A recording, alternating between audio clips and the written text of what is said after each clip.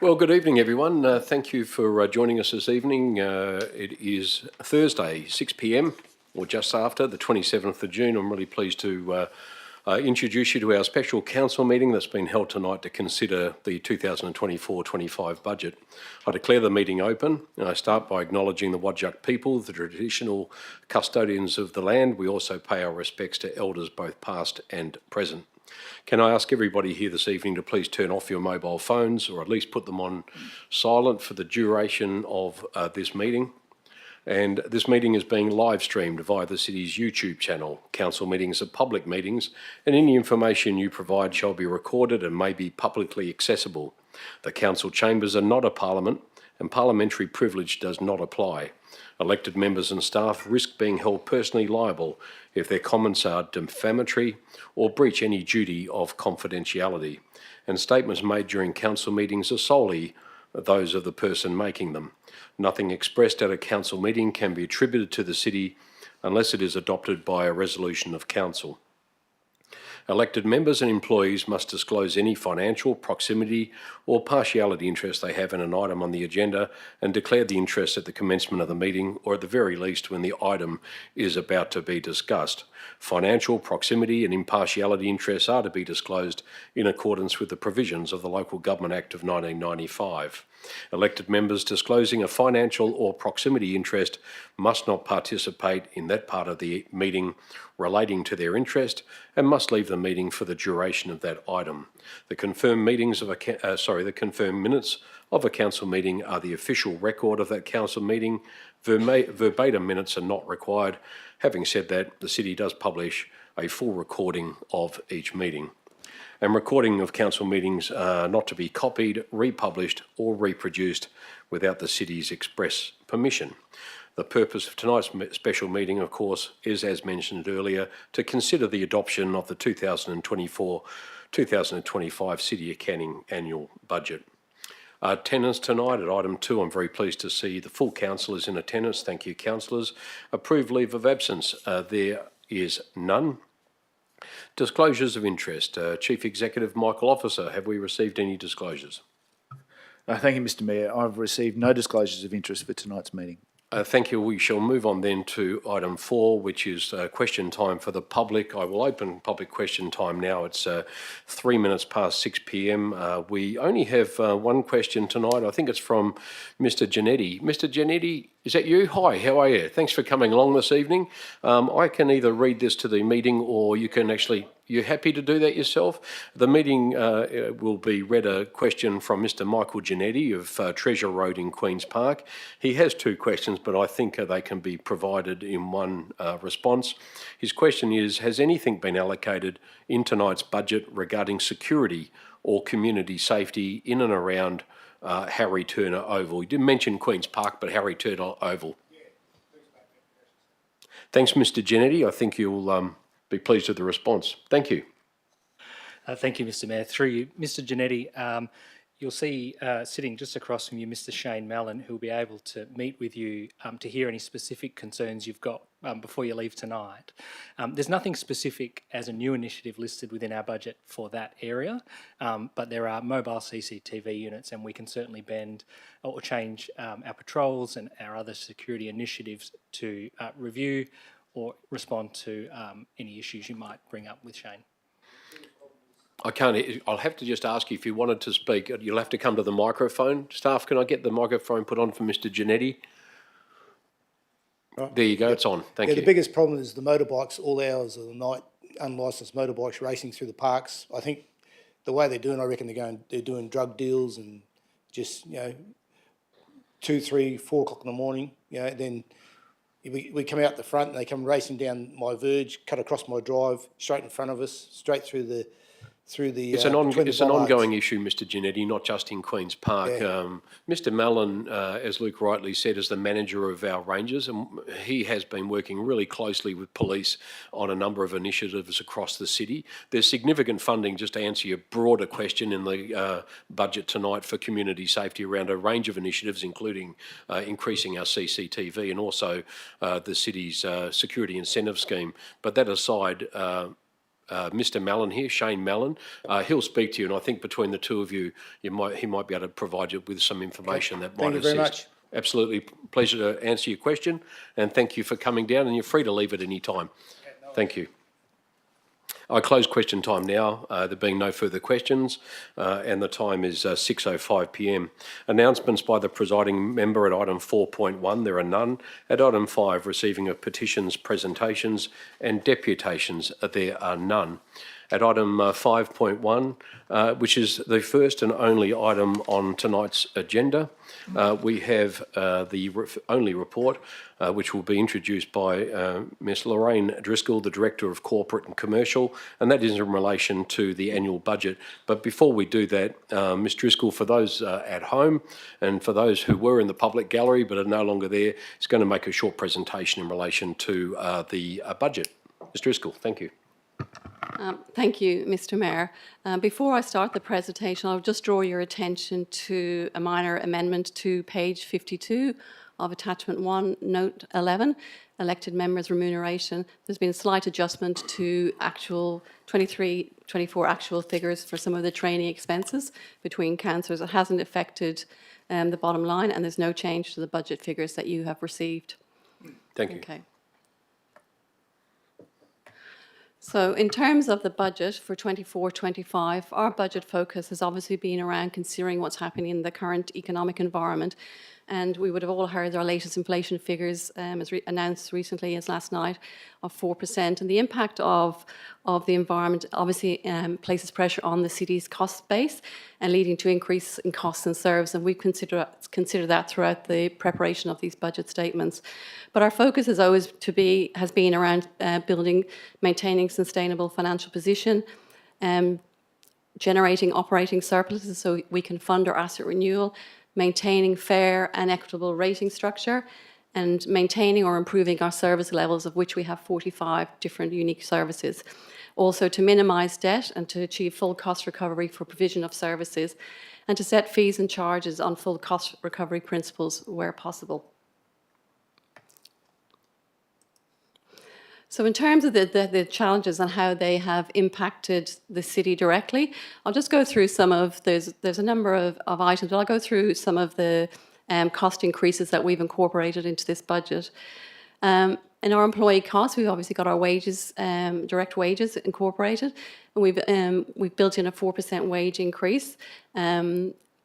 We've also taken into account some wage remediation and merit-based pay for our outside workers. All of this is around making sure that we're paying our staff and keeping up to date with, I guess, with what's happening in the industry to ensure that we can maintain our the good staff that we've got.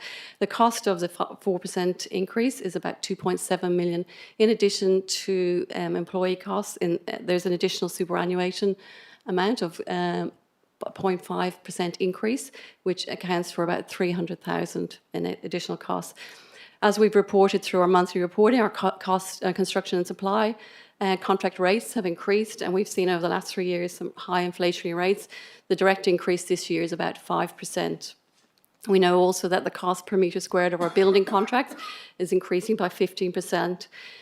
In materials and contracts, which is our second largest category of costs, our tree management contract has increased by 1 million. So the point of this is that there's a number of costs across all of our categories. We also know that our utility costs are increasing up to about 7%. We've built in the dollar cost of that is about 400,000. Our insurances are increasing. Again, dollar cost of about 140, insurance increasing up to 10%. And then interest and borrowings has increased from 5 to 5.25%. There are also a number of other costs. We've just given you an example of a few of them, but our other cost category has increased by 4%. An example of some of those costs is a 10% increase in our audit costs, and we've made an allocation for the polyphagous shot hole borer assessments of about 100,000, and that's part of a council resolution. Okay. So in terms of building those costs in, those additional costs in, we've also been able to, this budget's also able to deliver a number of fantastic initiatives. We've got almost 5 million for improved safety services, including upgrading and expanding our CCTV coverage, which aligns with our CCTV strategic plan. We're continuing to deliver the very popular security incentive scheme. We've got over 32 million for maintaining and developing an urban forests, parks and sporting reserves, including 8.3 million for playground renewals. There's 26 million to manage our recreation facilities, our Whaleback golf course and community facilities. And an additional just under 5 million to provide and expand upon those facilities, including 1.25 million for our very popular Leisureplex leisure facilities. There's 8.6 million to support community participation, engagement, activation and events, and just under 32 million for our roads and transport infrastructure. 17.66 million to manage our waste and recycling. In building our budget, we throughout the process, which is over a number of months, the city considers cost savings where possible and reviews all of its operational expenditure and identifies savings where it can. So there's an example of a few savings that have been identified and incorporated in the budget. There's cost savings resulting from the Canning Lodge exit, which was almost a year ago, or just a year ago. The leisure team have worked really hard to reduce the subsidy, and the subsidy for Leisureplex is now reduced by almost 850,000 compared to the current year. Other cost-saving initiatives include the implementation of the new on-demand solutions for waste management. There's an enhanced fleet productivity across the Waste Services Department, reallocation and improvement to resources to address verge maintenance, a new process to manage performance of irrigation at Whaleback Golf Course, and innovations in management of turf waste material and delivering cost savings. There are other cost savings throughout the budget papers, but these are just an example of a couple of them that we have identified. In terms of enhanced service levels, as I mentioned earlier, we've got the security incentive scheme, an expansion of our CCTV, leading to safer streets and safer communities. Our Leisureplex building maintenance, so we're really looking to enhance the experience for the users of our Leisureplex buildings. So we are building quality recreational facilities.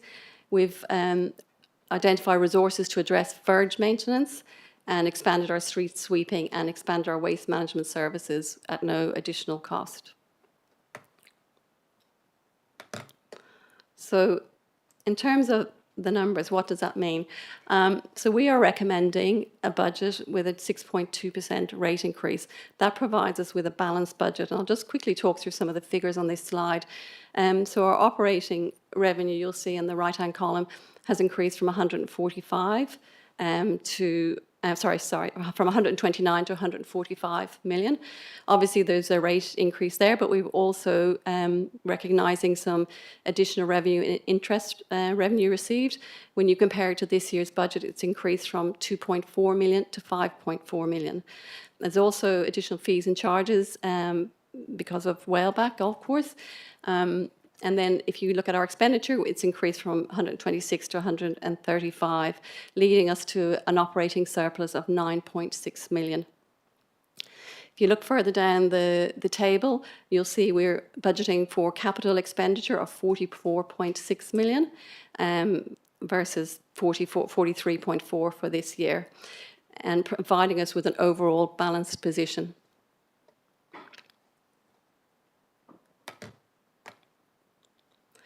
So in terms of from a ratepayer, so this table provides you with what 6.2% means in terms of from a ratepayer's point of view. So we provided you, the top part of the table is the average residential rate at non-minimum, and the second part is average residential for minimum. So based on a 2% rate increase, the average rate increase for 24-25, and that means combining minimum and non-minimum, is $74 per annum, with pensioners receiving a 50% discount. But as I mentioned earlier, there's no increase to our waste management levy. So if you look at those figures highlighted in red, it shows you what the actual increase will be, which is just under 5% in both those categories, in average residential and average residential minimum.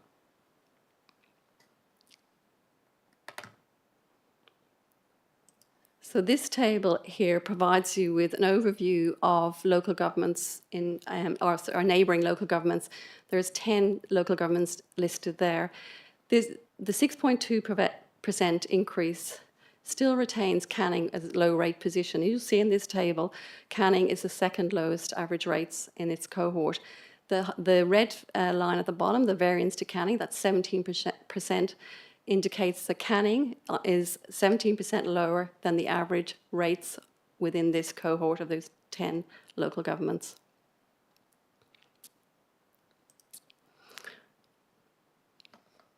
All right, just click over. Go.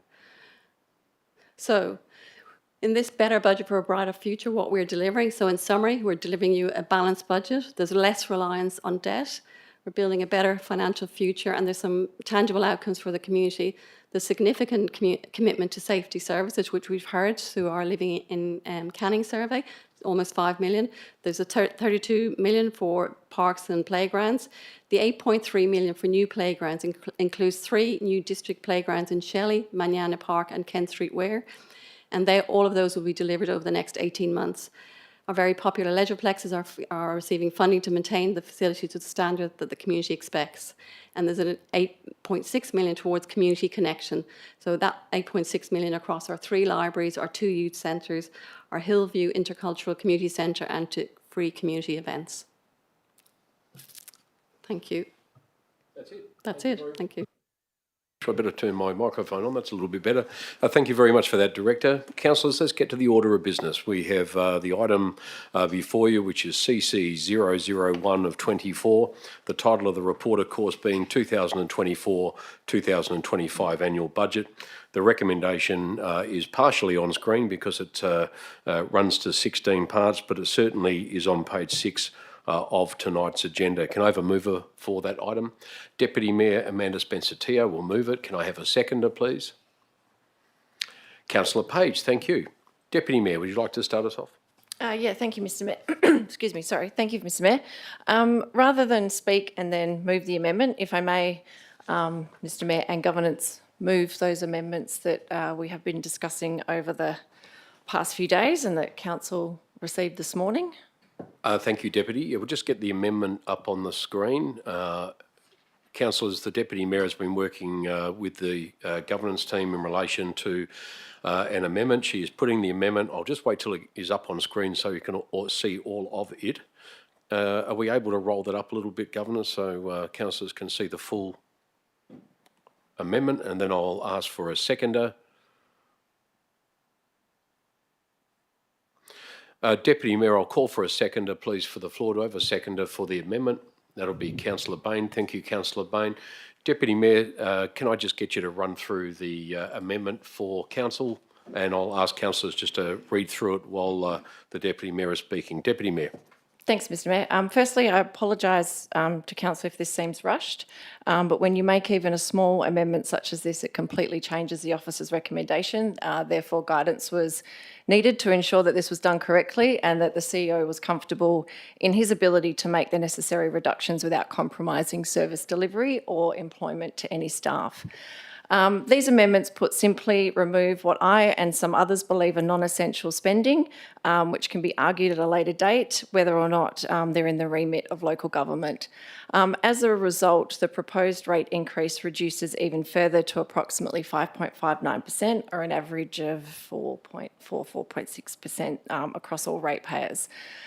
We've had assurances today from the CEO that what we all agree on that are important aspects of a particular business unit will remain, and that the reduction in expenditure will not result in any redundancies of staff. Now, I'm not entirely happy with the fact that we're here yet again increasing rates. Last year I thought that that was it, and that we'd be looking at a minimal CPI only increase from this year on, and that we would have a little bit of wiggle room to either reduce the increase or transfer funds to reserves. But we didn't know what we didn't know. These amendments demonstrate just how hard that we've all worked as a team to bring the least possible rate increase to our ratepayers. In my time on council, this budget has been one where we have received an unprecedented amount of information and transparency into the city's operations, and the CEO and his team should be commended for this. This budget delivers for our local community while taking on board the state government's increased fees and charges. Although there is an increase to rates, I can now confidently sit here and say that we have done everything that we possibly can to keep this to an absolute minimum while still delivering excellent value for our communities. Due to the amount of information that we've been provided and the level of input that we've been able to have, we have a clear lens over many of our business units. And what I'm asking for here is a $200,000 saving on a business unit or business units that have had some of its service areas questioned for a couple of years now, but before our current CEO's time. Since raising concerns, our CEO has found savings and agrees to provide a further review of this and other business units. For this, I'm incredibly grateful and I appreciate the open and frank discussions that have led us here today. So I ask that you share in that appreciation, councillors, and support these amendments. Thank you. Thank you, Councillor Page. We're just talking to the amendment. Oh, sorry, Councillor Bain. Sorry, Councillor Bain. No problems. Thank you, Mr Mayor. I'd like to begin by thanking the CEO and staff for responding to the concerns of councillors who requested a further reduction of the rate increase. He and the team have proposed that additional savings can be found in the Business and Economic Development Service area, as well as general staffing costs. Importantly, the amendment does not change the CapEx program of works, nor the overall balanced position of the 2024-25 annual budget. The savings will not impact service delivery or cause any staff to lose their employment. With 59% of our residents in the Living in Canning survey telling us that their number one concern is the cost of living, and with inflation rising to 4% just yesterday, every dollar saved matters. Considering this, we should minimise the rate rise as much as possible without reducing services, and this amendment works towards achieving this. While I'm still not comfortable with a rate rise of 5.95, it is more acceptable than the 6.2 or 6.75% increase. Our ratepayers have asked us to find further savings, and the City can with this amendment, with $100,000 less being spent on the discretionary service area of business and economic development. The popular programs both the City and Council consider to be of high value and priority, like the Jobs Expo and the Business Mentoring Program, will continue to be delivered and no jobs will be lost. What is required is some refocusing, streamlining and efficiency finding, things which the community would want us to do. The best way we, as a council, can help Canning's businesses is to reduce their rates so that they have more money to spend to build their capacity and capability, and that's what this amendment delivers. Thank you to my fellow elected members for considering this amendment. I hope that it receives your support. Thank you, Mr Mayor. Thank you. I'll just call on anyone who wishes to speak against the amendment first. Does anyone wish to speak against the amendment?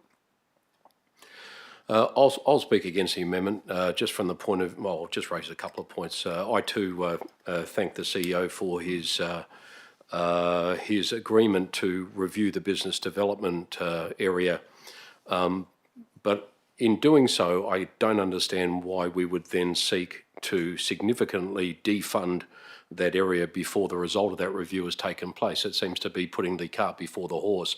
It seems sensible to me that we would then wait for that review to occur, wait for the CEO to report back to this council, and then decide on how we would address funding or defunding of that area. So to agree to that tonight, to me, is an issue. I'm actually comfortable with the proposed rate at the moment. I don't agree that reducing it by $200,000 has any material effect on any person in our community who is in some way experiencing some hardship. For those listening at home, for the public record, the proposed decrease from what is proposed to what is proposed by this amendment will be in total on the minimum rate about $3 across the entire year, or about 6 cents per week. However, that 6 cents aggregated to the $200,000 delivers much needed support for a number of business areas here, and I just don't see any material reason to remove it, whether the increase in our rate is just over 5.9 or whether it's just over 6%. To me, considering the insignificant impact on ratepayers, of which we are all ratepayers, I can't see any reason to support it, and I would support maintaining the original proposals, and that is why I speak against this amendment. And the Deputy Mayor rightly said that we can argue about whether or not business development is within the remit of council later on, and we certainly can. But that's why we shouldn't be dealing with that tonight. And this amendment proposes, by a stroke of the pen from council, for this council to direct our CEO to remove $100,000 from the budget of the business development unit without any evidence requiring us to do so. So I would just say that I vote against the amendment from that point of view. I too share the belief that any relief for ratepayers would be welcome, but that would have to be material, wouldn't it? To reduce it by 6 cents a week, $3 over an entire year, to me is not material, and I don't understand the requirement for it.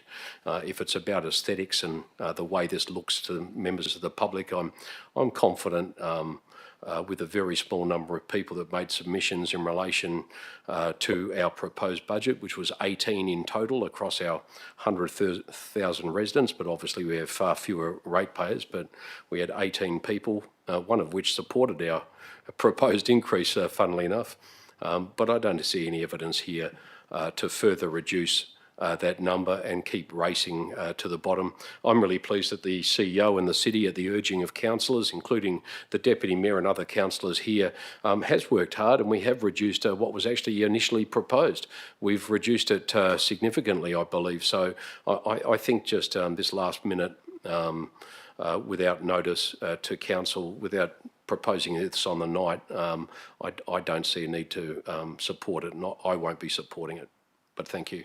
Anyone else wish to speak? Councillor Page. I'd also like to speak against the amendment. There seems to be a bit of disagreement about the remit, and one of the projects being defunded by this decrease is the sustainability industry sort of project. And the whole thing is like, oh, are we meant to be involved in this? It's right in the Local Government Act, 1995, Section 3.1.1a. The general function of local government must be performed having regard to the following: the need to promote the economic, social and environmental sustainability of the district, and to plan for the mitigating risks associated with climate change. So I also agree that it's a bit too soon. We could have always reviewed it in a mid-year budget review to see if that needed to be changed. But yeah, I don't think that to save $3 per ratepayer to cut projects like this, when we also have to consider the ratepayers are also the businesses in our district as well. So yeah, I don't support the amendment. Thank you. Thank you. Councillor Kunza. Thank you. Through you, I support the amendment. So I don't agree with you, Mr Mayor, that this is last minute. I'm not sure when these amendments were supposed to be moved other than at a council meeting. I raised my concerns or my queries with terms of the service plans, having, as the Deputy Mayor said, unprecedented transparency in terms of what the city delivers. The CEO Littleton challenged us to go through and actually identify things and not just say we want savings, but actually put to him what we believe the city should or shouldn't be doing, which what several councillors did do. This is an area where the city does invest into economic development, but you don't just fill a service gap just because it's there. I believe fundamentally in the tiers of government delivering what they should do, and not delivering what other tiers should be doing, and just because there's a service gap that we should be investing into certain areas. This is not putting the cart before the horse. I believe that we actually have, as I said, unprecedented transparency in terms of what will be funded. And I've looked at the service plans, and there are areas, programs that I don't think the city should be delivering. And that's what the Deputy Mayor's done in moving this amendment. Why would we support investing into an area that we don't believe we should be doing, and then waiting for a service review when the data is already in our service plans, which the CEO has provided us? I don't understand why you would just accept it and wait for a review on that. So I agree that we should be identifying areas in which savings could be provided. Everyone has different perceptions or beliefs in terms of what tiers of government should provide and what they should invest into. I've raised my concerns over the last 2 weeks. It's not last minute. If you've been reading emails, that these concerns have been raised for several weeks now. And so the narrative has been there. The wording of the amendment has obviously just came today, but the narrative of where we should be identifying savings further to what has been provided, I believe, has been provided with much in forward advance of tonight's meeting. So I support the Deputy Mayor's amendment, and I hope Council does too. Thank you. Anyone else wish to speak on the amendment? Councillor Hearn. I'm speaking against this amendment today. Whilst today we are being asked to make a decision about rate setting, I feel like at this particular point in time, I don't have the visibility about the performance about specific service areas to make a decision on cuts. And whilst we can't throughout the year make any ongoing decisions about changing the rates contributions by ratepayers, we actually are in a position to continually review the performance of service areas and request council make further cuts if we consider that they are no longer in the remit of the city or not performing to the standard. So it is my view that perhaps once the full year results are known and we have better understanding, or I personally have a better understanding of some service area performance, that we can actually have an ongoing review of OPEX within the city. So based on the information I have to date, I don't feel I can support this amendment. Thank you. Thank you, Councillor Hearn. Anyone else wish to speak just in relation to the amendment? Thank you. Deputy Mayor. Thank you, Mr. Mayor. Firstly, I would argue the opposite of what you said, in the sense that we're putting the cart before the horse. We are funding something that we don't have enough information over and the true value to the community. What I'm asking for here is not to defund it, it is to not fund it and wait for a justification of the funding. We have on several occasions as a council been presented with officer recommendations and even notice of motions by councillors for unfunded activities. And somehow we always seem to find the money. The $600,000 for the Gibb Street Safe Actives project is one of them. For the upscoping of a lot of our CapEx projects, another thing, we always seem to find the money. My particular issue with this one business unit, and it's not just this one business unit, there are others, but I don't believe, like Councillor Kunze says, in us just coming to the CEO and saying, find me 5%. I believe in, asking direct questions of areas where the CEO could potentially find savings, and that's exactly what's happened. The CEO has agreed that there are potential for savings, subject to a review, and if in a couple of months' time or in a month's time the CEO is able to justify that expenditure, we can look at it then. Both myself, Councillor Kunze and other councillors, albeit I do understand that you were absent for that meeting, Mr. Mayor, and the new councillors weren't here, we were questioning this business unit 2 years ago. We've been waiting for justification on some of these projects. We haven't received it. We've been funding the business unit, not knowing what it does, not knowing what value it returns to the community. And here tonight, I'm saying, enough. I want to know what it does before I fund it. So we've got an opportunity to not increase the rates at 6.2%. We've got an opportunity to increase it at less than that. Yes, optically it looks better, but I'm not doing it for the optics. I'm doing it because we had 2 years to justify it. We didn't get it. So I'm taking the opportunity to do it now with the hope that if it's justified, it'll come back to council and we can look at funding it. We'll find the money, we always do. So councillors, I hope that you look beyond that, but by all means, if you prefer to issue a 6.2% rate increase, by all means, that's obviously your decision to make, but I can leave here tonight knowing that I did absolutely everything I could to keep that increase to a minimum, no matter how small you may think it is. Thank you. Thank you, Deputy Mayor. Councillors, we'll put the item to the vote. We're voting just on the amendment, not on the substantive motion, just on the amendment. Thank you, councillors. Thank you, governance.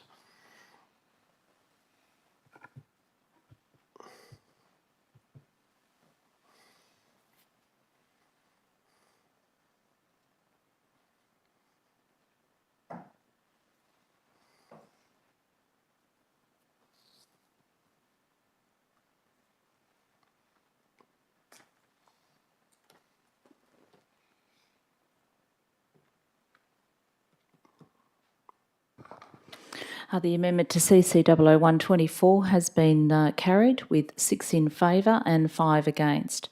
Those councillors voting against the amendment are Councillor Rodriguez, Councillor Bain, Councillor Hearn, Councillor Parkinson and Mayor Hall.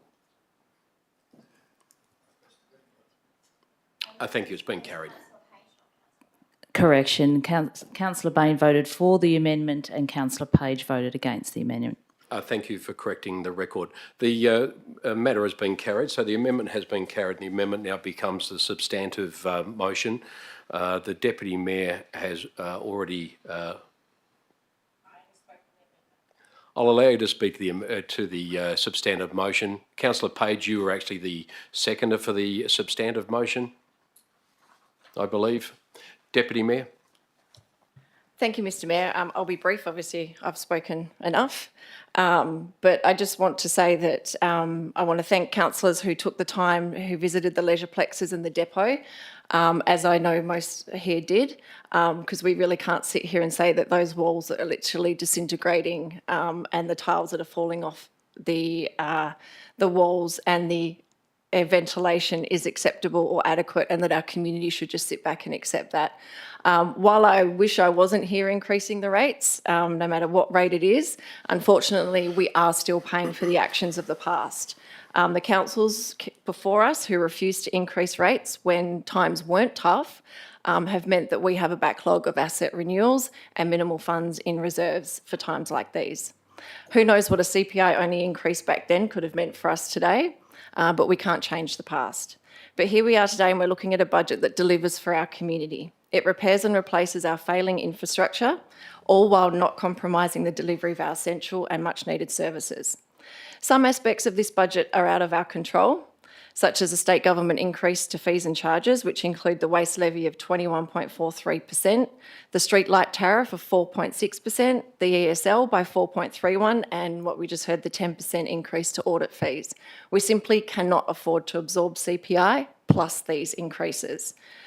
Finally, can I sit here and say that this is the best and leanest budget? For this year, I believe we have done all we can without compromising service delivery. However, I do also believe that there's more work that can be done to make budgets better for the future. And between now and the next budget, I look forward to working with the CEO and his team to find savings and efficiencies for the long term. What this budget does for us today is identify some areas to focus on for next time. I say next time because I can see that making any further changes today would not result in any immediate savings without disappointing our ratepayers or losing valuable members of our staff. In closing, again, I'd like to thank and acknowledge the work of this council and the staff over the past few months. And again, to commend the CEO for the level of detail and amount of transparency that he's provided during the budget process. It hasn't gone unnoticed and it certainly is appreciated. Thank you.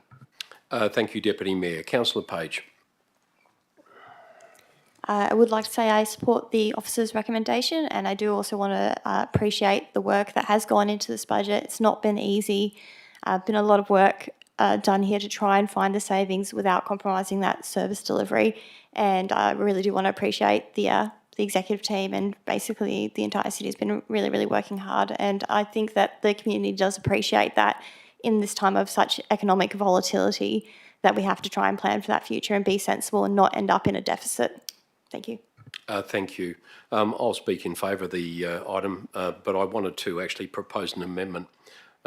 Governance, can I get you to please, well, I'll ask for a seconder. I would propose under 4A to remove A and B from 4A. And I'll ask that to be put on the board, and I'll then ask for a seconder.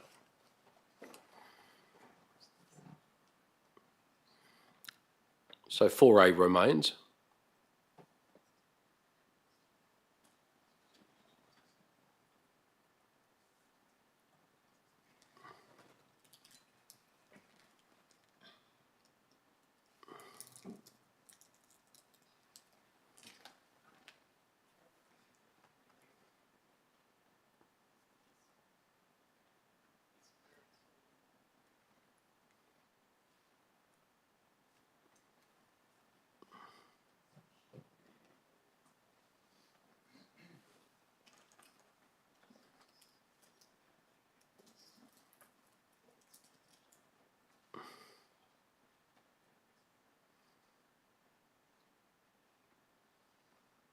Can we perhaps just run a line through those and leave them on the board?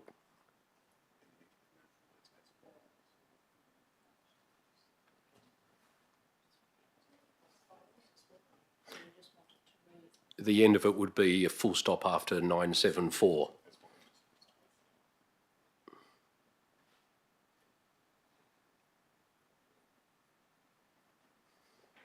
Thank you. That's the amendment that I put, and I'd call for a seconder just so I can speak to it, councillors. Can I have a seconder? Councillor Hardeep Singh, thank you for your support. Councillors, I just wanted to speak just quickly in relation to that.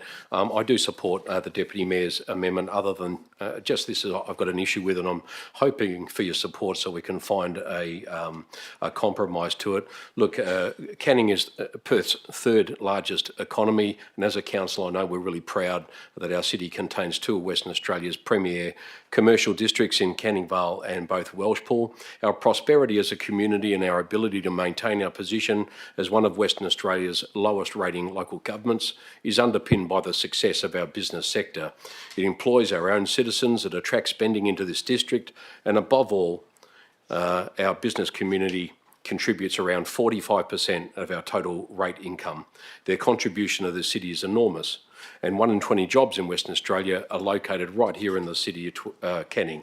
And just think about that for a moment, 1 in 20 jobs. I find it really hard then to accept that we should be looking to markedly, significantly reduce the amount of money in our business development area.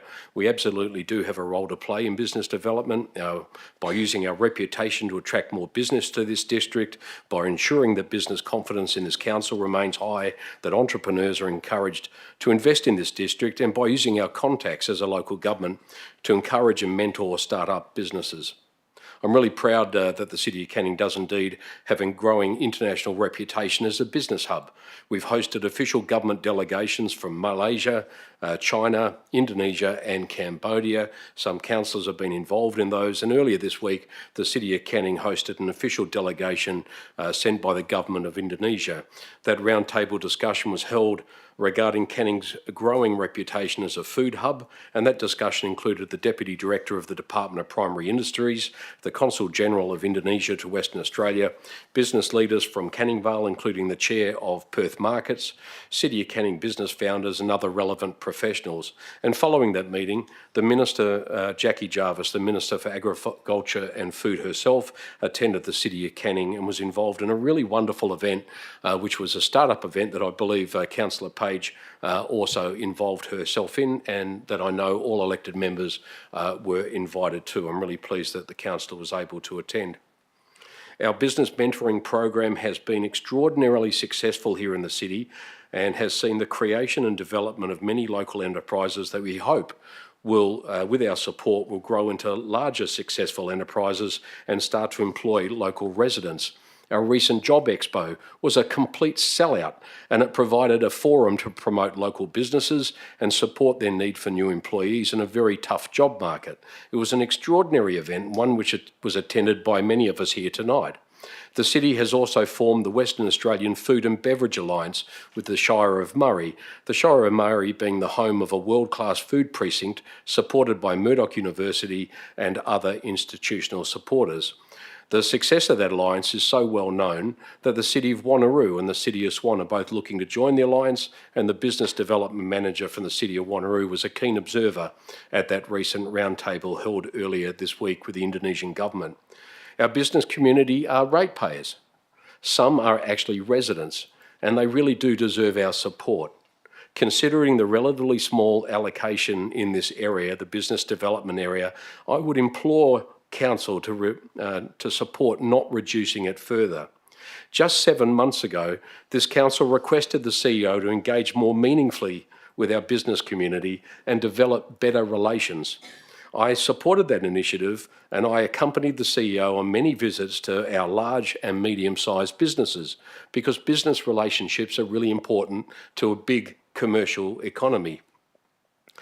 All of these successful initiatives contributed contribute to this city's business development role and demonstrate the success of our fledgling foray into this area.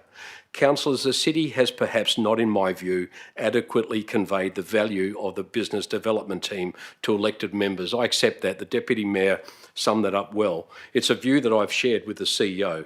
That is perhaps the reason why business development has been targeted for significant cost-cutting in this budget. I really think there's a better option, and I hope for your support.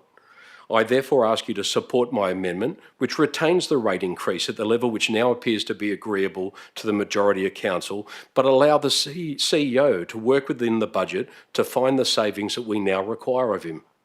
So there is going to be a review of that unit. Let's leave it to the CEO to find the savings. We've now arrived at 5.9%. That's his role. That's what we employ him to do. I hope for your support for the budget amendment, which changes nothing other than removes that impediment to the business development unit. Thank you. Councillor Singh.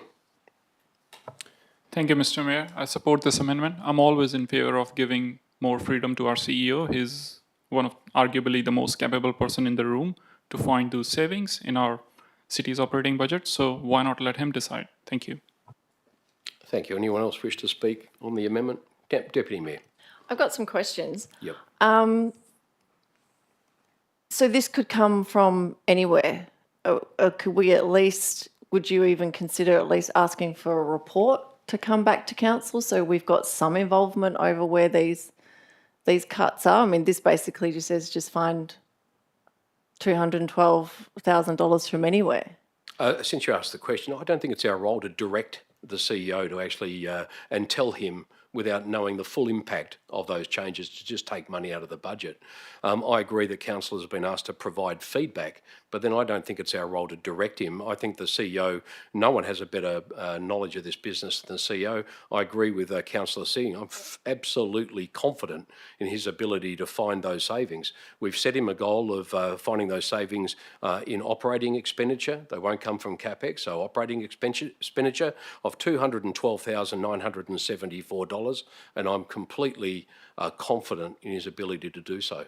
So that could come from events, let's say. Well, it could come from anywhere within that budget. Okay. So knowing that the CEO gave me those figures of $100,000, so he chose those figures. I didn't come up with that figure. I haven't said that you chose those figures. No, I know, but you're saying the CEO should choose where that money comes from. The CEO chose those figures. I believe it's the CEO's role, yeah. So the 100 and the 112 were figures provided to me by the CEO. What's your question? So I'm saying, so your comment was that the CEO should choose. Absolutely. He's already chosen. I'm not sure if the CEO chose that. The CEO might have He chose those figures. Yeah. The CEO might have chosen that. The CEO might have supported your call and suggested those to you, but of course then they're put to council. Council's accepted at the moment the recommendation. I've amended it. So I'm saying that I don't agree with what has been proposed. CEO, did you wish to clarify anything that was being raised by the Deputy Mayor? Thank you, Mr. Mayor. For the sake of the record, I've just thrown the CEO under the bus. CEO. As I understand it, the intent of the Mayor's alternative, and I won't speak on his behalf, is simply to remove the areas that have been identified via resolution and therefore would be incumbent on me to actually make those savings in that area. I also accept that these are the figures that I have provided to the Deputy Mayor, so I may choose to make those savings exactly as has been documented here, whether or not the Mayor's alternative recommendation is supported or not. Does that make sense? Yeah, it does. Deputy Mayor? I'm not going to support this amendment. I would feel more comfortable if it was more specific. I think this sets a very dangerous precedence. We have pretty much one major job as councillors, and that is to adopt a budget. That is to say where the money goes, how the money's spent, and this is taking that away. For someone who was caught on the on the fly, Mr Mayor. You were certainly well prepared for this amendment, but that's okay. That's a lesson learned. I'll just hold you up there, since you're insinuating that I had some prior warning. As you would expect, in the lead up to a decision like this, there was a meeting with governors this afternoon where I'm provided with a run sheet, and the run sheet which I received, I think it was about 4:30 this afternoon, so an hour and a half before this meeting, was the first time I had seen your amendment, and council hadn't seen it before they stepped in this room. So so you said my amendment, they hadn't seen it? this amendment, the amendment that was put earlier, that is now the substantive motion. So that's why I was a council little saw it prepared. this morning, it was I emailed. had an hour this afternoon to cobble something together. Okay. Let's keep moving. Yeah, my concern is that this basically allows the CEO, well, allows anybody to put in strategies, plans through the budget rather than putting it through to council first. My concern, which was raised 2 years ago, was that there wasn't enough justification for the amount of money that was being invested in this particular business unit. And it's not just this business unit, it is others. And for 2 years continuously, it was, rather than a strategy or something coming to council, it was just funded simply through the budget. We were promised 2 years ago that we would get a summary or an investigation or some form of document. That hasn't happened. I do recognise that that was before the current CEO's time.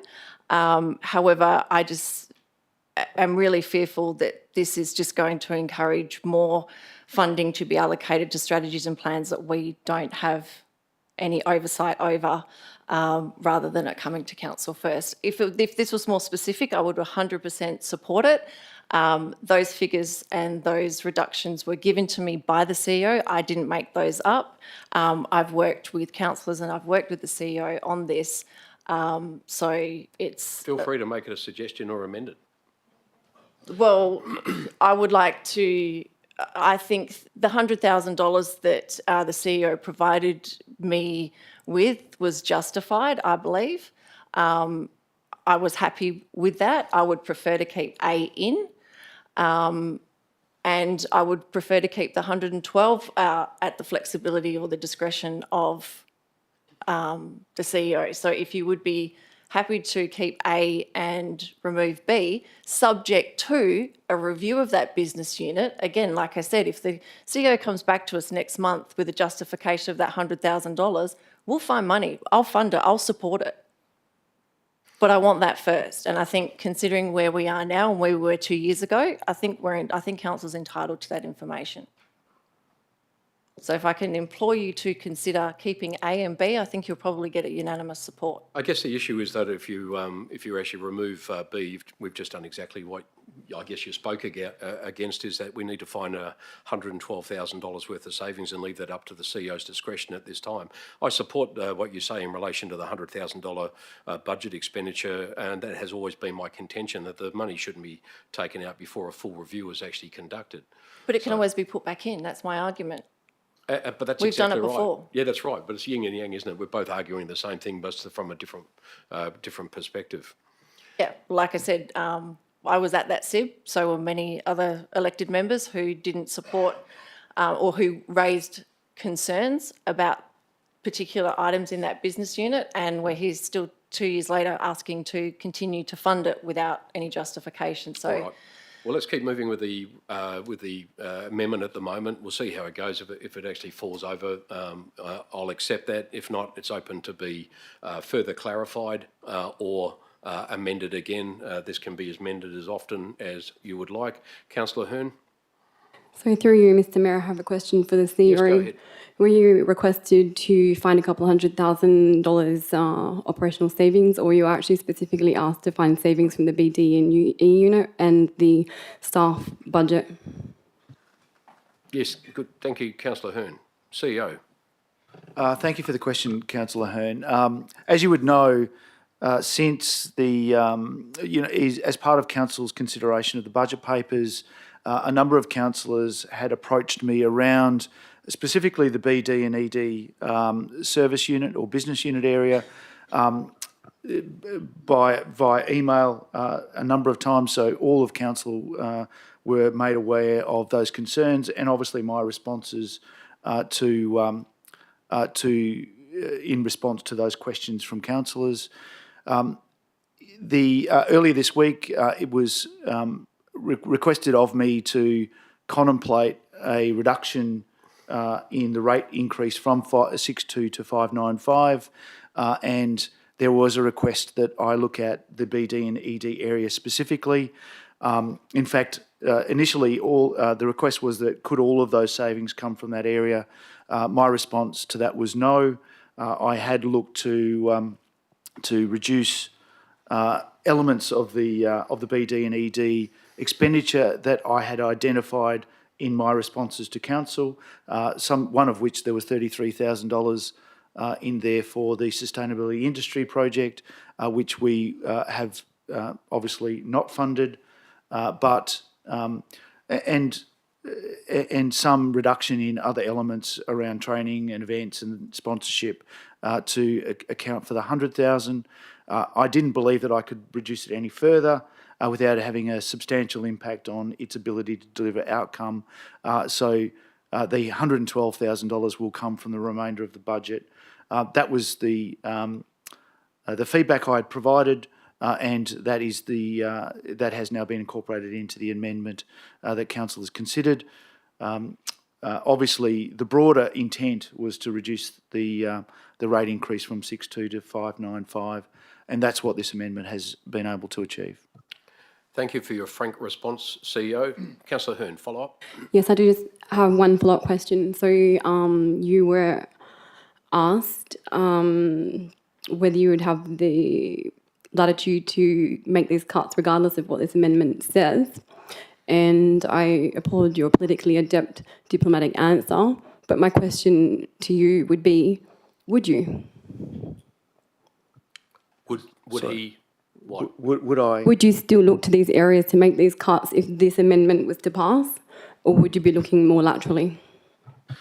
I need to balance the budget, Councillor Hearn, so I've identified areas that I would achieve that. Obviously, I would say to you, you employ me to run the business, so if $200,000 in savings needs to be made, I'm best identified to tell you where those cuts have come from. In this instance, I have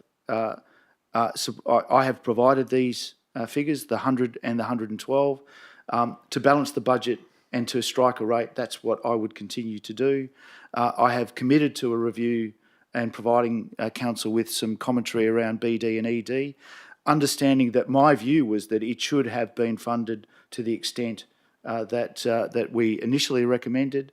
I support the business development area because I think it does valuable work, but I acknowledge that we've got to do more work to get council across that. So we will do that review. We will bring it forward to council for their consideration, and you will provide guidance as to what the BD and ED area will do going forward.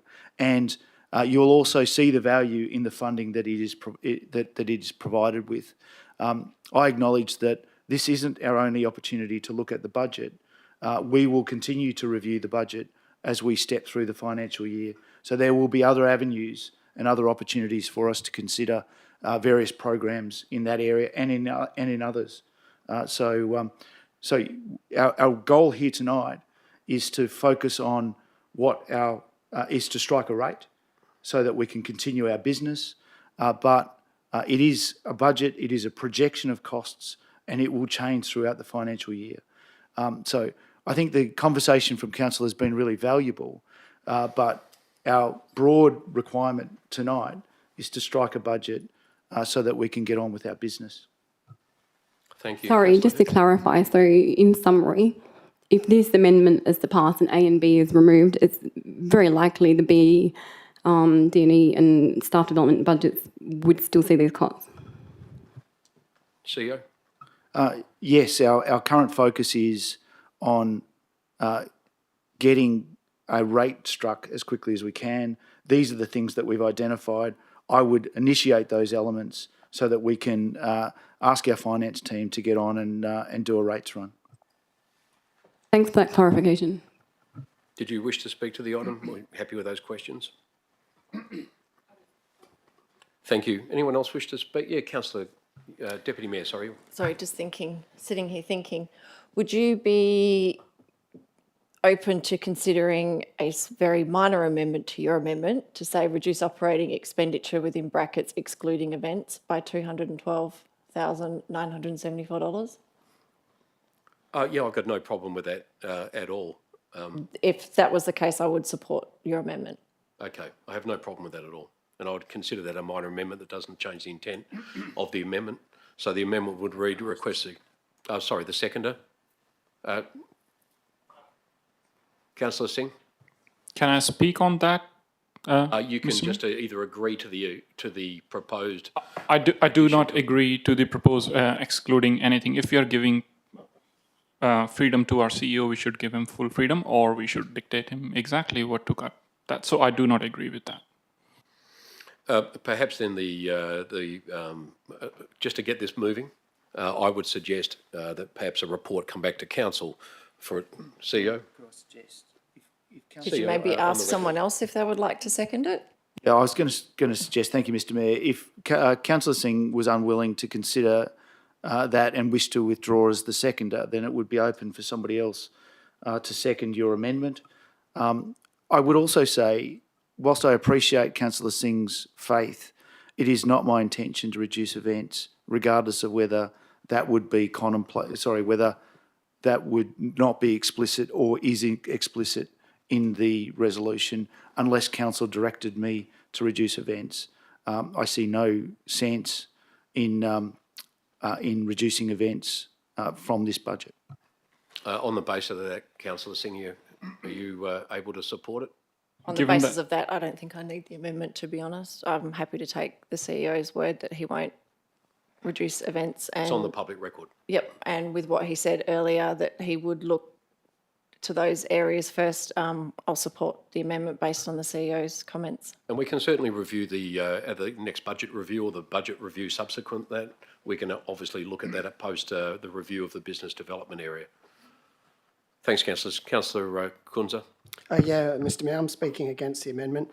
Look, I've sat on councils where staff have put forward at the start of a budget process that we need to increase rates by a certain amount and then subsequently put a lower amount due to commentary from councillors or what may be. And we've ended up in a situation where we didn't do the work early on that we should have done and ended up with a cumulative increase in rates and been able to invest where we need to. The reason I supported the original amendment was because I believe there are areas within the business development team unit that aren't the prerogative or the domain of local government. We've just had months of discussion on the budget. The CEO went from presenting a 6.75% increase to 6.2% and outlined how they'd looked everywhere and found all these cuts. And now, spoke about last minute before, Mr Mayor, we're just going to move an amendment and ask him to find another $212,000. The original amendment was based on the CEO's feedback based on issues that have been raised by councillors, myself included. Part B, that wasn't within the area that I was looking at, but that was the advice of the CEO. To now, on budget night, after having spent months going through this, just suddenly ask for another $212,000 to be reduced and not know where that's from. Personally, I'd actually rather probably the 6.2% and invest as we need to. I personally said I didn't believe that the business team should be invested to that degree because I saw areas that I don't think we should be doing.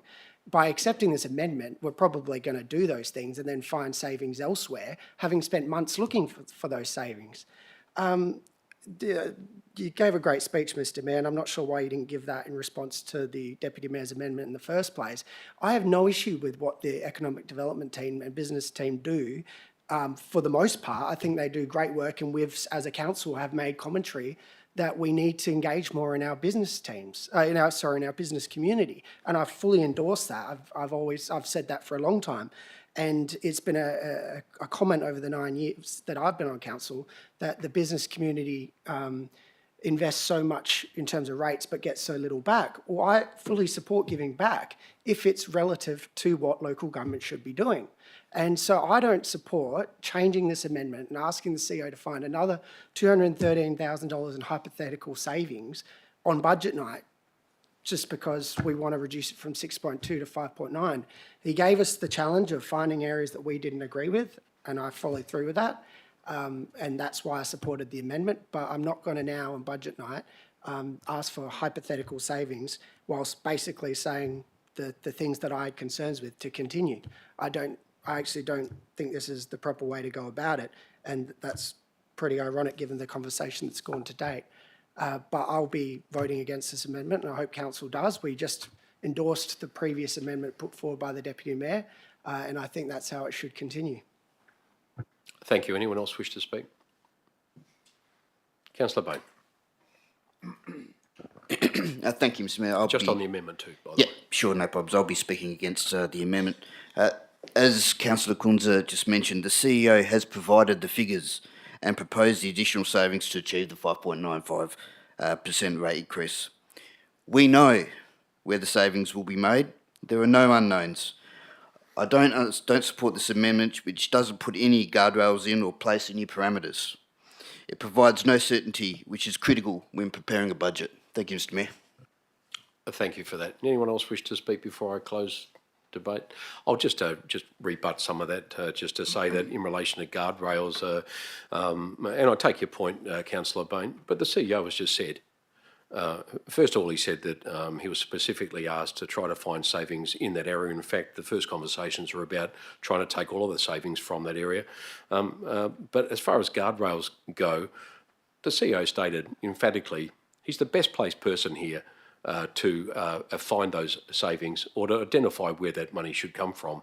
And we haven't actually allowed him to do that. Yes, these were his final submissions to council based on the fact that he was asked to actually provide those areas and obviously was somehow moved towards those. But this ideology around what local government should do and shouldn't do, I think that where there's a service gap, we owe it to our community to actually consider moving into it.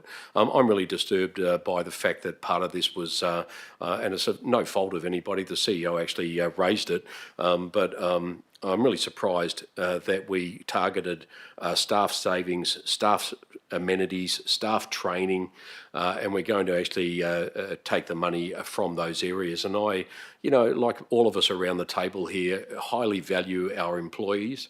It's up to us here to set the tone for this organisation. And I think the first time the question is asked of this council to find some savings, our first option, even though I do take what has been said earlier that was suggested from the CEO, is to target our staff. I want to send a message to our staff that they're highly valued by this organisation. I don't think that's the first place we should be looking to cut, and especially from staff training. We need highly credentialed people here. They work for us, they work for this community, and that's what I find really surprising here. So I still maintain the fact, despite what has been said, that I have every faith in our Chief Executive Officer, and so should you, Council, because we know him well enough. We employed him, and he has been doing a remarkably good job for a number of years now. He has my full support. He has my full confidence that he will be able to deliver the savings required of him, taking into account what has been said tonight. He's already given a public undertaking that money won't come from our events area, which I really am pleased to hear. Others may not be, but I'm really pleased to hear that. There's a significant community benefit to that. So I would ask you to, again, support the amendment because it maintains what you have supported, and that is the 5.95% increase. It just allows a little bit of wriggle room there for the CEO to return to council with those savings in possibly areas that are a little bit more appropriate to me in particular. And I really find it uncomfortable that we would be working so hard just to take funding away from our business development unit, a very small unit with a very small amount of funding, considering the size of our budget in one of Western Australia's largest economies with two of its premier business communities. I just think that is probably an affront to our business community. So I'm here to support small, medium and local businesses here. I think we should be working harder with them. I hope over time the CEO can come back to us with his review and is able to change some opinions here, because it's no one's fault. I agree totally with the Deputy Mayor and others around the room, including Councillor Kunza, that until tonight some of us have had very little opportunity to delve into what exactly the value is of that unit. So I'm happy for us to come back and consider it later down the track. That's it from me. I very much hope you will support the amendment. Mr Mayor, sorry, before you go to that, I just, if I may make a personal explanation on something that you said under 7.15 of the standing orders. You mentioned the conversation that I had with the CEO, but you weren't there, so I just wanted to correct you on that. I did not specifically ask the CEO to find savings from this one business unit. I asked him to find savings from this business unit and others. He replied saying, I can find $100,000 from this business unit. I can't find it from the other, but this is what I can do. So I just wanted to clarify that that was not specifically how the conversation went. Thank you. That's not what I heard from the CEO, but I'll just ask the CEO to... CEO. Yeah, look, I think it was actually in relation to a conversation I had with Councillor Bain, not yourself, Councillor Spencer Teo. But regardless of that, the conversation was around a range of issues. Happy to clarify. Either way, what you've asked me to do is to come up with $212,000. That's what we've done, and that's the resolution or the amendment. And I fully accept the personal explanation made. Thank you. Thanks, councillors. Let's put the amendment to the vote. Thank you.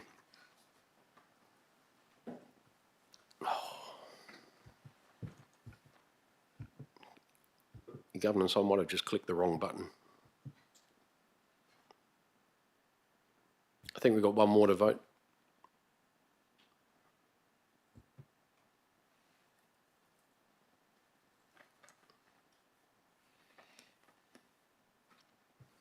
Amendment 2 to CC 001 is being carried with 7 in favour and 4 against. Those voting against the amendment, Councillor Kunza, Councillor Bain, Councillor Sakon and Deputy Mayor.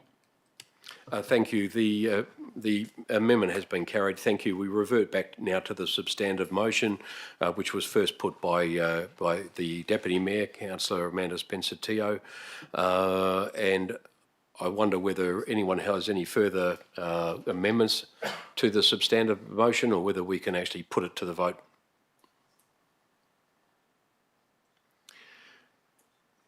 Councillor Singh? No amendments, Mr. Mayor. I would just like to speak about the substantive motion. You can speak to the substantive motion. You haven't spoken to it. Yes, go ahead, Councillor Singh. Thank you for the opportunity to speak, Mr. Mayor. My pleasure. I would like to express my gratitude for the efforts put forth by the CEO and his team, as well as my fellow councillor members in preparing this budget. It is evident that the cost of materials and services has significantly increased, causing pressures on this council to raise rates to maintain the level of service provided to our residents. Our team has worked diligently to identify savings wherever possible and limit the rate increase. However, in my opinion, there is still room for improvement in the proposed budget by making significant cuts to the following areas. Now, I'm just giving examples. It doesn't mean the cuts has to be made in these areas. I'm giving examples because I've been asked by my fellow councillors and few times by CEO to give particular examples. So I'll start. I just need to ask you before you continue, are you actually supporting the motion, or are you speaking against the motion? You seem to be speaking in favour of it with a caveat, and now you seem to be speaking against it. So I'll come to that at the end, at a conclusion. Before you start speaking, you need to actually say whether you're speaking in favour of the motion or speaking against the motion. Mr. Mayor, do I have to? Can I not do that as a conclusion? I would like to build up the case, why I'm doing what I'm doing, and then at the end, I would like to give my conclusion that I have reached this conclusion. Let's get on with it, Councillor Singh. I'll indulge you. Please keep moving. Thank you. Thank you, Mr. Mayor. Now, so I'll just repeat, in my opinion, there is still room for improvement in the proposed budget by making significant cuts to the following areas. Number one, We could save over $100,000 by eliminating our funding for midweek eats. We already have a local bites nights initiative that provides a comparable service to our community and does so more effectively by changing venues throughout the city. Second one, spending $200,000 on New Year's fireworks is not the best allocation of resources when our residents are grappling with the cost of living pressures.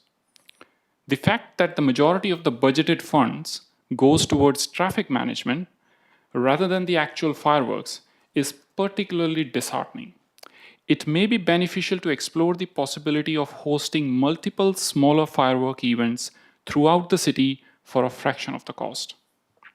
Number 3, the allocation of $25,000 to the mayor's charity gala dinner, and this doesn't include the staff cost, which could be well over $15,000, may not be the most practical use for ratepayer funds given the current circumstances. It may make sense next year to do so, however, not this financial year. Spending $40,000 of ratepayers' money on a charity dinner may not be justifiable this year. Number 4, the largest savings could come from reducing the community learnings budget, which currently stands at almost $5 million. The list goes on, as there are also potential for cuts to the $2.8 million budget designated for marketing, communications, conservation, and strategic waste. I also want to draw your attention to the community survey, which, despite only receiving 18 responses, indicated that 17 out of the 18 respondents either questioned or opposed the proposed rate increase. As such, conclusion, Mr. Mayor, I cannot support this budget as it stands. However, I believe that there is further potential for improvements, and I would be happy to work with the rest of the council to identify areas where modifications can be made to the budget to better serve our community. Thank you. Thank you for holding us until the very end, and the suspension was building about whether or not you would support the budget. I'm shocked that you, that you have not. Thank you. Councillor Kunze, yes, thank you. Thank you. Thank you, Mayor Hall. Look, I speak in favour of the motion and I commend the budget. I have to disagree with Councillor Singh. We've just gone through, as I said before, we've just gone through months of talking about the budget, and I find it amazing that we're on budget night and apparently there's savings to be made, and just outline a few topics, but don't actually say what the savings are. What cuts do you want to make to the community? We've just had months of that. That is what we are here for, and that's what we've discussed over the last few months. It's often easy to sit there and say we want cuts in services. I've sat on council with a few people that have done it. The hard part is nominating areas which we can cut from the expenditure and actually then convey that to the community, actually have them understand that the services will drop. I feel the city is on the right path under CEO Littleton, and as we've discussed over the last hour or so, the level of transparency and what's been happening over the last few years, I think, is to be commended. As the CEO's mentioned before, we're not finished.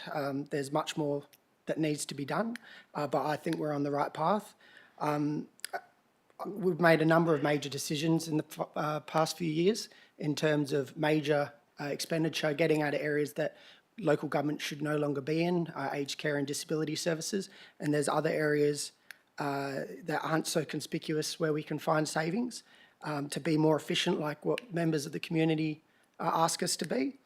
But I think that, as I said, we're on the right path. Some will say the 4.9% overall increase is a large amount in terms of our rates, fees and charges. However, in the current climate, I think staff have outlined why we need to increase it to this level. The reality is we've had several contracts up for renewal, which has seen monumental cost escalations. You only have to look at some of the environment-related tenders that Ms Driscoll presented in her presentation. It's just phenomenal how much some of the services are costing now compared to what they used to. And compare the 4.9% to the state government's 8% increase in the household fees and charges. That equates to a $556 increase. Now, it didn't get a lot of commentary because obviously we got the energy credits, but that is a structural increase that you'll be paying for in the future. So 8% with a massive operating surplus of state government. I don't think our $71 increase actually looks that bad when you compare it to what some other local governments have had to do, but also what the state government has done. We're investing in the areas that the community care about, and we've been seeing over the last few years and into the future facilities that are old and tired look brand new, and I'm sure the community will love that over the next few years, but long beyond that, as the CEO comments. These facilities are 40, 50-year-old facilities for the future. So I think Canning's moving in the right direction. I think we still remain one of the lowest rating councils, and I commend the budget. I thank staff for all their work. We've been here debating a relatively small amount of funding here, but the number of pages, the amount of work that goes into putting that all together, thanks to staff, the executive team and everyone under you for your work. Thank you. Thank you, Councillor Kunze. Anyone else wish to speak before we close debate? Councillor Second. Thank you, Mr. Mayor. I support the substantive motion today. Firstly, I would like to thank the CEO and the executive team for their approach in listening to the councillors in reducing the rates from the initial proposed rates of 6.75 to 5.95% today by looking at further cost savings. Secondly, I would like to thank the residents and acknowledge their feedback and comments on the advertised rates of 6.75% earlier this month. To ensure we provide the best possible services at the most efficient cost, we should continually seek to attract cost savings from our CAPEX, OPEX and overheads. While I support the proposed rates increase for the next financial year, I would like to see ongoing budget reviews to reduce our operating costs. This proactive approach will strengthen the city's financial position and allow us to offer residents rate increases at CPI next year. Thank you. Thank you, Councillor. Anyone else wish to speak? Sorry, I've been to the dentist this afternoon, so my bottom lip's a little bit numb. I'm finding it hard to speak. Deputy Mayor, would you like to close then? You anything you wish to rebut? Nothing at all? Oh, actually, no, because I have the opportunity, I would like to say how disappointing it is to hear a councillor wanting to cancel or, wanting us to look at two major events.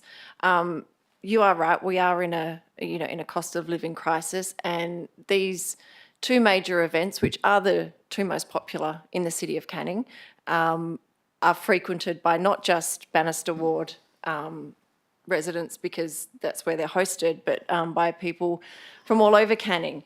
And to even merely suggest that we take it away is, I don't know, for lack of a better word, perhaps a little bit spiteful. The community really do look forward to these events. That's where they see their value in their rates.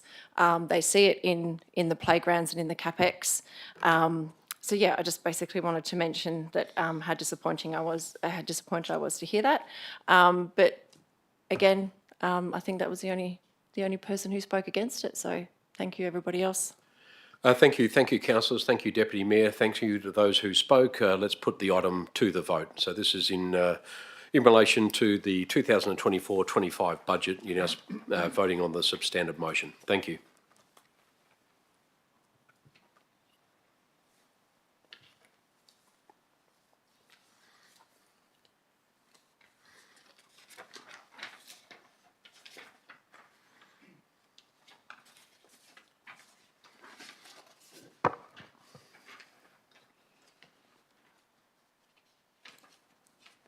Why have I now got 10?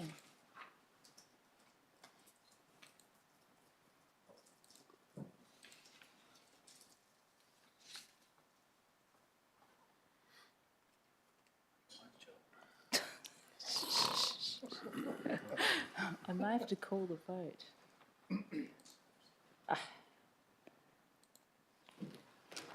Apologies, councillors, for the delay there. The substantive motion as amended for CC 00124 has been carried with 10 in favour, with Councillor Singh voting against the motion. Thank you. Thank you. The absolute majority required of the item has been achieved, and I thank governance for confirming the vote. So thank you. Thank you, councillors. The budget has been adopted tonight, so thank you, and I appreciate the deliberation tonight.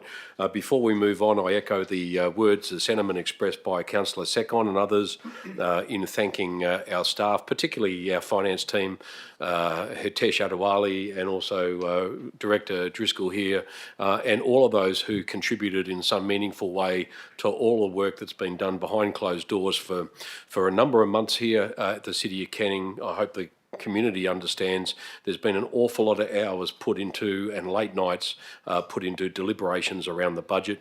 To our CEO Michael Littleton for his patience and also for his consideration of all of the queries, questions and suggestions made to him by councillors. I think all of us would be impressed by the tone that was taken, and also the detail provided in very quick turnaround, mostly in relation to those queries. And I wanted to acknowledge those of you here who have just passed your first budget. You've just made an enormous contribution to this community.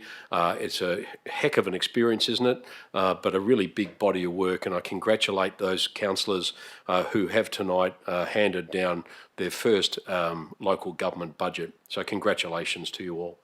Thank you, everybody. At item 6 tonight, which is confidential matters, there are none on the agenda for this evening. At item 7, closure, I'm very pleased to announce that the meeting is now closed, the time being 7:25 p.m, and I'd like to thank everyone here tonight for their attendance. Thank you.